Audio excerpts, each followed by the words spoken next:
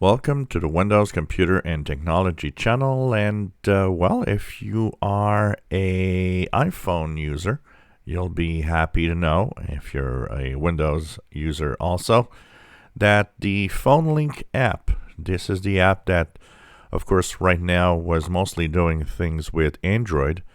And this is the app that you see here on the screen.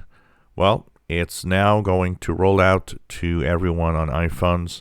It will not have the full capabilities of the Android version, especially with Samsung phones, but it will actually be pretty good, and will let you do manage your SMS text messages, manage emails, manage also calls. You'll be able to make calls from your PC.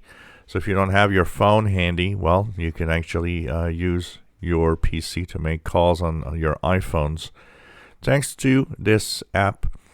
So the way it works is, of course, you have the Phone Link app on your PC. You have a Phone Link app that you can download from the iOS App Store.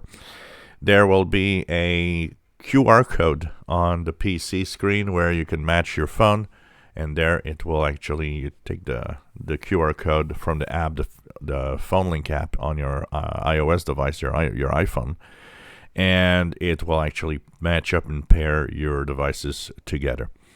So this is cool. It's something that a lot of people have been asking for. When is a iPhone version of this? And we never thought it would actually appear. One of the biggest problems with the iPhone was its very strict rules when it actually has to do with the usage of iPhones and third-party apps. But it seems that now you'll be able to actually manage all of this. So, yep, you are now able to use an iPhone with the Phone Link app in Windows 11 only, by the way. They said that it was really just Windows 11 that would have that capability. So, I don't know if it'll ever go to Windows 10 also, but it seems like it's one of those ways that maybe they're trying to lure people into going to Windows 11. If you enjoy my videos, please subscribe, give us thumbs up. Thank you for watching our videos.